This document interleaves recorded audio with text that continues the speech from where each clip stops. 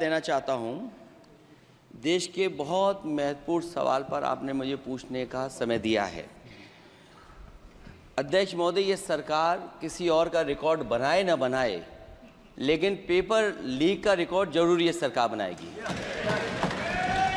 अध्यक्ष महोदय, मुझे इसके बैकग्राउंड में नहीं जाना है कि पूछें। अध्यक्ष महोदय, मुझे बैकग्राउंड में नहीं जाना है कि कब कैसे किस संस्था को पकड़े जा रहे हैं, जेल भेजे जा रहे हैं। मैं अध्यक्ष महोदय आपके माध्यम से पूछना चाहता हूं मंत्री जी से, क्या सेंटर वाइज जिन बच्चों को सबसे ज़्यादा नंबर मिले हैं, क्या उसकी सूची जारी करेंगे? 30,000 सीटें जहां हैं, कई सेंटर अध्यक्ष महोदय ऐसे हैं जहां 2,000-2,500 बच्चे पास हो गए हैं। सरकारी सीटें 30,000 हैं, कई सेंटर में 2,000 से ज़्यादा पास हो गए। कई प्रदेश के ऐसी जगह है जहां पर कुछ सेंटर से 600 से 650 से ज़्यादा सबसे ज़्यादा नंबर हैं। और अगर वो संस्था इतनी क्रेडिबल थी तो अध्यक्ष महोदय जिन सेंटर्स पे ये परीक्षा हुई उन सेंटर्स का इंफ्रास्ट्रक्चर क्या था? क्या मंत्री जी ने जानकारी की थी इस बात की?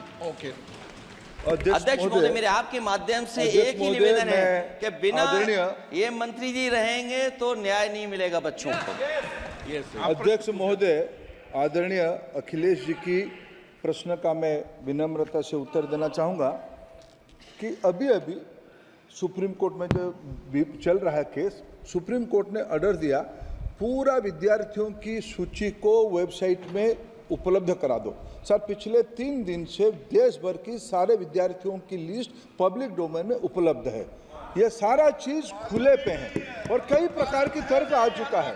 सर, मैं एक अभी उसमें केरल के विद्यार्थी भी अच्छे किए हैं, क्या हम ये कहेंगे भी वहाँ भी कुछ गड़बड़ी हुई थी?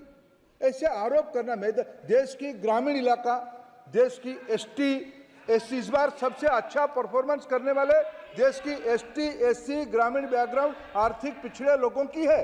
क्या हम उनकी मेधा को हम चुनौती देते हैं? और बाकी रहा क्वेश्चन पेपर लीक की, सर मैं शुरू से मेरा एक स्टैंड रहा, राजनीति नहीं करना, लेकिन अखिलेश जी जब वहाँ दायित्व में थे उस सूबे की, सर सारे सूची है कितने बार उत्तर प्रदेश में क्वेश्चन पेपर लीक हुए हैं। माननीय एक मिनट प्लीज, एक minute.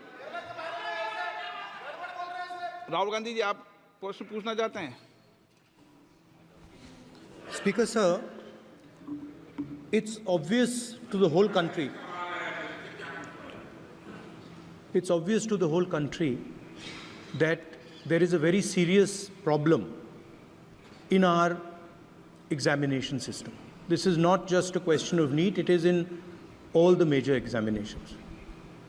Now, the minister has blamed everybody except himself, right?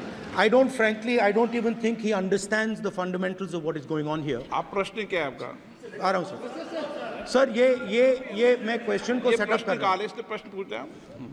ये the issue is that there are millions of students in this country who are extremely concerned at what is going on and who are convinced that the Indian examination system is a fraud. That is what is at stake here. Millions of people believe that if you are rich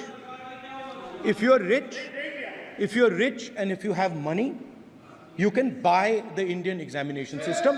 And by the way, and this is the same feeling that the people in the opposition have. And that is why we are asking some very simple questions to Honorable Minister. Number one, as this is a systemic issue, what exactly are you doing to fix this issue at a systemic level? Yes. That's the first question. Okay. Question में चल रहा है अभी। Please. अब मैं मंत्री जी, मैं एक बार बोल दूं इस बात पे?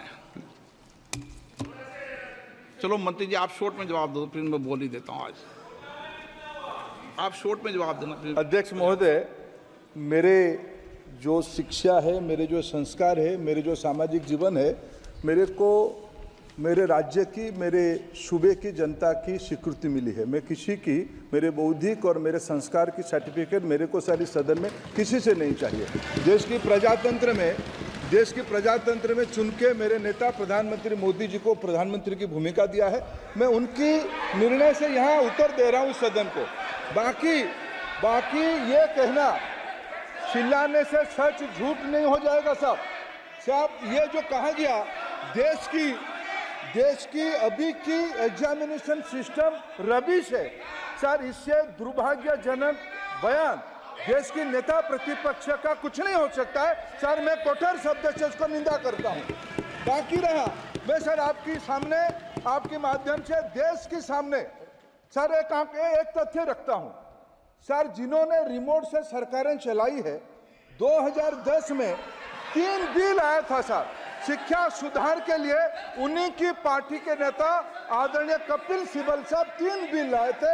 उसमें से एक बिल था एजुकेशन, उसमें एक बिल था prohibition of unfair practice bill 2010, जिसकी उद्देश्य एजुकेशन इंस्टीट्यूशन में माल प्रैक्टिस को बंद करना।